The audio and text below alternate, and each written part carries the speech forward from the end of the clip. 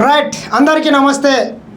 ఎస్ఎల్బీసీలో చిక్కుకున్నటువంటి కార్మికులను రక్షించడానికి జరుగుతున్నటువంటి ఆపరేషన్ నిన్నటి నుంచి కొంత దాంట్లో పురోగతి సాధించినట్లుగా మనం చెప్పుకోవచ్చు. ముఖ్యంగా ఏదైతే ఎస్ఎల్బీసీ టన్నెల్లో కూరుకుపోయినటువంటి వ్యర్థాలు ఏవైతున్నాయో దాదాపు 5,000 టన్నుల వ్యర్థాలు అక్కడ ఉన్నాయంట. ఏదైతే మట్టి కావచ్చు, ఇసుక, రాళ్ళు కావచ్చు, వాటర్, ఇదంతా డంప్. దాంతోపాటు ఇంకా అక్కడ లోపల ఉన్నటువంటి టన్నెల్ బోరింగ్ మిషన్ ఏదైతుందో ఆ మిషన్కు సంబంధించినటువంటి కటర్ దాన్ని మొత్తం కూడా కట్ చేసినట్ట. ఈ వ్యర్థాలన్నీ దాదాపు 5,000 టన్నుల వ్యర్థాలను బయటికి తీసుకొచ్చేటటువంటి ఏదైతే కన్వేయర్ బెల్ట్, ముఖ్యంగా అక్కడ ఉన్నటువంటి వ్యర్థాలన్నింటినీ బయటికి తీసుకొచ్చేది ప్రధానంగా కన్వేయర్ బెల్ట్. ఆ బెల్ట్ని ముఖ్యమంత్రి రేవంత్ రెడ్డి గారు వెళ్ళి సమీక్షించిన తర్వాత ఇవన్నీ పక్కన పెట్టి ఆ కన్వేయర్ బెల్ట్ని పునరుద్ధరించే కార్యక్రమం పెట్టుకున్నారు. అది నిన్నటితో కంప్లీట్ అయింది. కన్వేయర్ బెల్ట్ కూడా స్టార్ట్ అయింది. ఇప్పుడు ఆ కన్వేయర్ బెల్ట్ స్టార్ట్ అయితే దాదాపు రోజు ఒక 800 టన్నుల వ్యర్థాలను లోపలికి వెళ్ళి బయటికి తీసుకొచ్చే అవకాశం ఉందంట. ఇట్లా 8,000 టన్నుల రోజు 800 టన్నులను బయటికి తీసుకొని వస్తుందంటే అక్కడ 5,000 టన్నులు ఉంది. కాబట్టి దాదాపు 6 నుండి 7 రోజులు ఈ వ్యర్థాలను తీసుకొచ్చే అవకాశం ఉంది. ఈ 5-6 రోజుల తర్వాత అక్కడ చిక్కుకున్నటువంటి కార్మికులు మరి వాళ్ళు ప్రాణాలతో ఉన్నారా లేదా అనేటటువంటిది తెలిసే అవకాశం ఉంటుంది. దాదాపు 10 రోజులు దాటిపోయింది కాబట్టి వాళ్ళు ప్రాణాలతో ఉండే అవకాశం కూడా లేకపోలేదు. మరి ముఖ్యమంత్రి కానీ రాష్ట్ర ప్రభుత్వం కూడా ప్రధానంగా దేని మీద దృష్టి పెట్టిందంటే, సరే ప్రతిపక్షాలు ఏ రకంగా విమర్శన చేసినా కానీ ప్రాణాలు అయితే సరే వాళ్ళు ఏ రకంగా ఉండరో చెప్పలేము. కానీ నెక్స్ట్ జరిగేటటువంటి ఆపరేషన్లో ఏ ఒక్క కార్మికునికి కావచ్చు, రెస్క్యూ సిబ్బందికి ప్రాణాలకు అపాయం జరగొద్దనే ఏకైక లక్ష్యంతో రాష్ట్ర ప్రభుత్వం ఉండి సరే సహాయక కార్యక్రమాలను కూడా ఆ రకంగానే పర్యవేక్షించుకుంటా నిష్ణాతులైనటువంటి ఎన్డీఆర్ఎఫ్ కావచ్చు, ఎస్డీఆర్ఎఫ్ కావచ్చు, సింగరేణి మైన్కి సంబంధించినటువంటి నిష్ణాతులు కావచ్చు, అదేవిధంగా ఇండియన్ నేవీ కావచ్చు,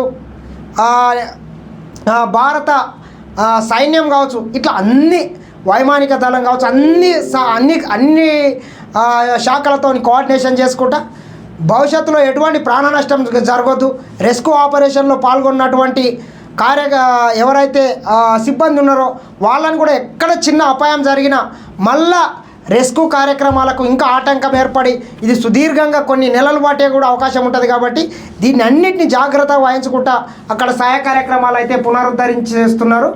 చూసుకోవచ్చు మనం టన్నెల్ నుంచి కన్వేయర్ బెల్ట్ ద్వారా బయటకు వస్తున్న మట్టి ఇది.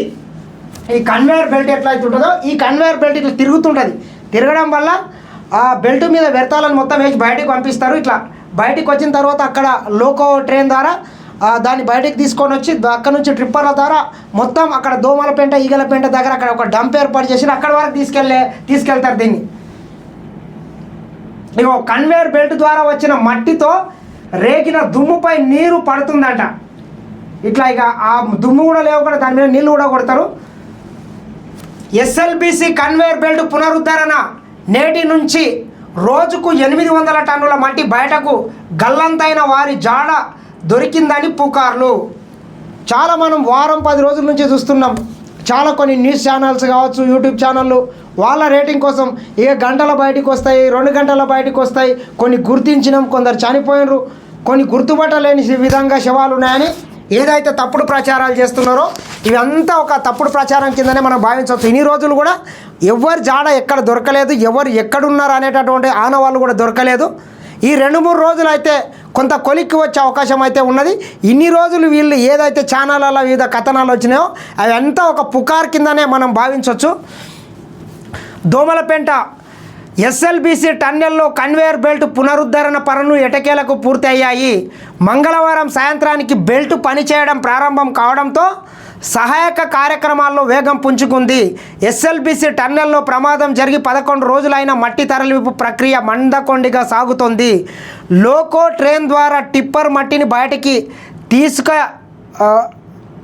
మట్టిని కూడా బయటకు తేలేకపోతున్నామని సహాయక బృందాలు ఆదివారం టన్నెల్ వద్దకు వచ్చిన సీఎం రేవంత్ రెడ్డికి తెలిపాయి.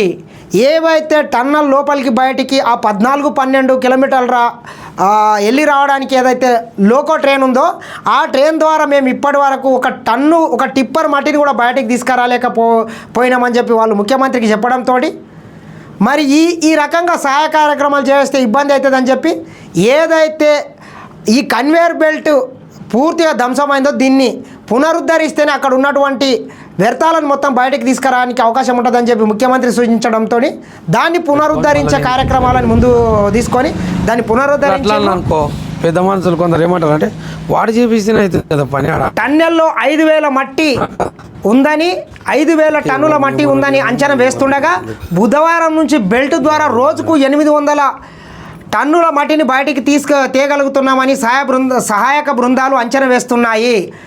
ఆ దిశగా ప్రయత్నాలు కూడా జరుగుతున్నాయి. టన్నెల్లో గల్లంతైన వారి జాడ దొరికిందని మంగళవారం కూడా పుకార్లు చేశాయి. గల్లంతైన వారిలో 2 మృతదేహాలు దొరికాయంటూ వార్తలు ప్రసారం కావడంతో ఉత్కంఠ నెలకొంది. ఇప్పటి వరకు టన్నెల్లో చిక్కుకున్నటువంటి ఎటువంటి కార్మికుల జాడలు కానీ ఆనవాళ్ళు కూడా దొరకలేదు. సరే ఈ రోజు కానీ రేపు కానీ కొంత దాని మీద క్లారిటీ వచ్చే అవకాశం ఉంటుంది. మొత్తం అక్కడ టన్నెల్ బోరింగ్ మెషిన్ కూడా మొత్తం కటింగ్ ప్రక్రియ కూడా మొత్తం కంప్లీట్ అయిపోయింది. దాన్ని కూడా బయటికి తీసుకొస్తున్నారు. మరి దీన్ని బయటికి తీసుకురావడంతో పాటు ఇంకా ప్రధానమైన సమస్య అక్కడ ఏముందంటే ఈ మట్టిని తొలగిస్తే ఇంకా పైనుంచి దాదాపు 400-500 మీటర్ల లోపల ఉంది టన్నెల్.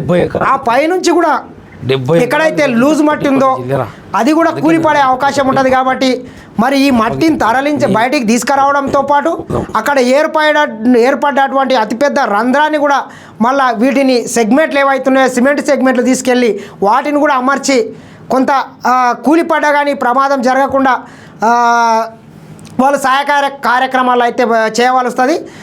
పెద్ద ఎత్తున పైనుంచి బండరాలు కావచ్చు, మట్టి కావచ్చు, వాటర్ కూడా వస్తుంది కాబట్టి ఇంకా కూలే అవకాశం ఉంటుంది. కాబట్టి దాన్ని కూలితే కూడా ఏ రకంగా దాన్ని ప్రొటెక్ట్ చేసుకుంటా పోవాలి అనే విధంగా కూడా అక్కడ సహాయ కార్యక్రమాలు అయితే కొనసాగుతున్నాయి.